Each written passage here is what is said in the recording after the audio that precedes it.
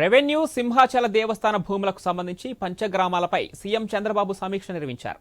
త్వరలోనే సింహాచలంలో సమావేశం ఏర్పాటు చేసి పట్టాలు పంపిణీ చేస్తామన్నారు. ఈ సమావేశానికి మంత్రులు అనగాని సత్యప్రసాద్, ఆనం నారాయణ రెడ్డి, భీమిలి ఎమ్మెల్యే గంటా శ్రీనివాసరావు హాజరయ్యారు.